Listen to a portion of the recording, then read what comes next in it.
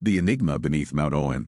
Amid the mist-covered slopes of Mount Owen on the South Island of New Zealand lies a landscape untouched by time, remote, rugged, and filled with mystery. This isolated realm has long baffled scientists and explorers alike, for hidden within its limestone ridges and shadowed valleys rests an artifact that defies explanation: the mysterious Mount Owen claw. Jagged peaks rise against the sky veined with pale stone, while deep below the surface ancient caverns twist through the mountain's core. In one of these labyrinthine caves, a team of local cavers stumbled upon an extraordinary discovery: a fossilized claw roughly the size of a human hand, curved with both natural grace and eerie precision, its surface preserved in remarkable detail, suggesting an origin both biological and ancient. From the moment it was found, the Mount Owen claw captured scientific curiosity. Its composition points to organic life, yet its classification remains uncertain. Some have compared it to the talon of a prehistoric bird or reptile, but its scale, texture, and the conditions of its discovery refuse to fit neatly within any known species or timeline. Traditional paleontology offers no clear answer, leaving the claw suspended between established science and uncharted possibility.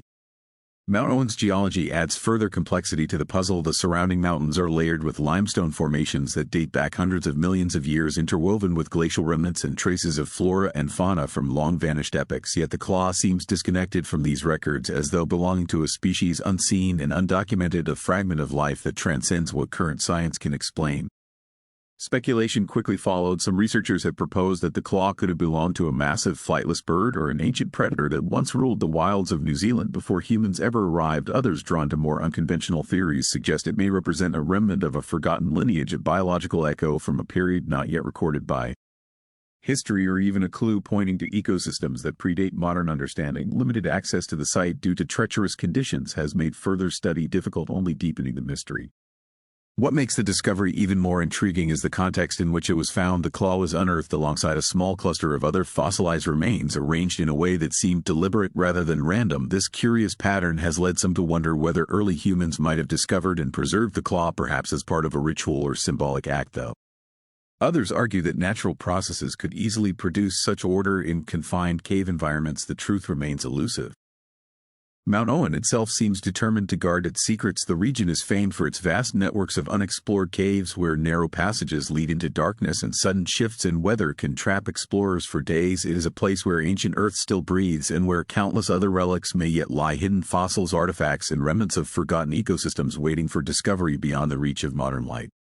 Scientific examination of the Mount Owen claw, though limited, has revealed it to be composed of an unusually dense keratin-like material, astonishingly well preserved for an object that could be tens of thousands or even hundreds of thousands of years old. Under the microscope, patterns of wear and growth appear consistent with a functional limb likely used for gripping, climbing, or hunting, yet the species to which it belonged remains unclassified, a biological ghost with no clear descendants.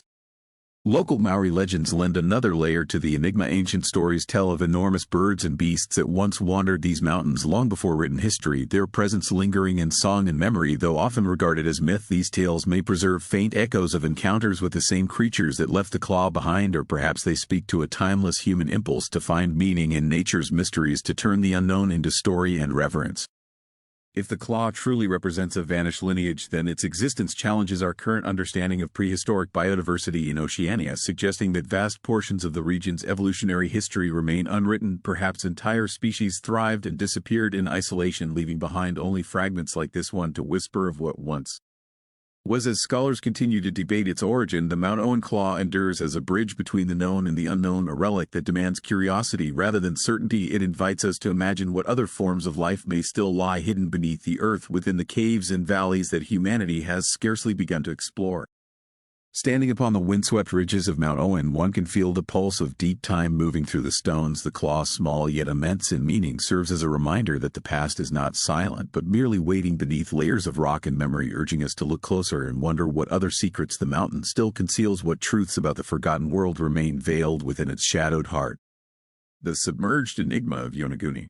Beneath the calm waters of the East China Sea, near the southern edge of Japan, lies a place that has confounded scientists, historians, and divers for decades: the mysterious Yonaguni terraces.